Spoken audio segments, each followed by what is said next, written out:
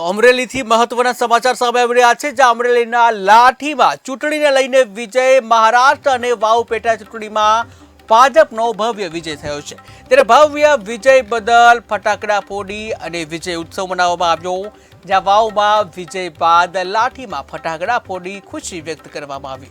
ત્યારે લાઠીના ભાજપના હોદ્દેદારો અને કાર્યકર્તાઓ પણ ઉપસ્થિત રહ્યા હતા, કે જ્યાં મહારાષ્ટ્ર અને ગુજરાતની વાવ વિધાનસભાની બેઠક જે પેટા ચૂંટણી હતી, તેમાં વાવ વિધાનસભાની બેઠક ઉપર સ્વરૂપજી ઠાકોરનો પણ વિજય થયો હતો। ત્યારે ગુજરાતની હાઈ પ્રોફાઇલ સીટ એવી વાવ બેઠક ઉપર સ્વરૂપજી ઠાકોરનો વિજય થતા ઠેર ઠેર વિજયની ઉજવણી કરવામાં આવી છે। આ સાથે જ મહારાષ્ટ્રમાં પણ ભાજપની સરકાર બનવા જઈ રહી છે, ત્યારે ખાસ કરીને ગુજરાતમાં તમામ કાર્યાલયો ઉપર ખુશી વ્યક્ત કરવામાં આવી છે, ફટાકડાઓ ફોડી મીઠાઈઓ વહેંચી અને ઉજવણી કરવામાં આવી છે। ત્યારે અમરેલીના લાઠીમાં પણ આ વિજયને લઈને ભવ્ય ઉજવણી કરવામાં આવી છે। મહારાષ્ટ્ર અને વાવ પેટા ચૂંટણીમાં ભાજપનો ભવ્ય વિજય થયો હતો અને તે બદલ ફટાકડા ફોડી અને મીઠાઈ વહેંચી ભવ્ય ઉજવણી કરવામાં આવી। કાર્યકરો, હોદ્દેદારો પણ આ ઉજવણીમાં સામેલ થયા।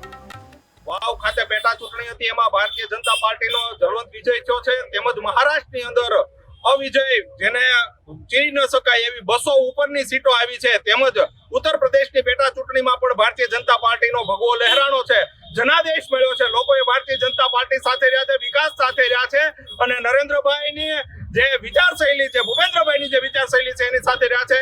એ માટે સર્વે ત્યાંના મતદારોનો, લોકોનો અમે આભાર માનીએ છીએ અને ભારતીય જનતા પાર્ટી લાઠી શહેર ખૂબ ખૂબ આનંદ ને ગૌરવની અનુભૂતિ સાથે ફટાકડા ફોડી અને મોટા મીઠા કરી અને આજે ખુશી વ્યક્ત કરે। બોલો ભારત માતા કી, ભારત માતા કી। વાવ ખાતે પેટા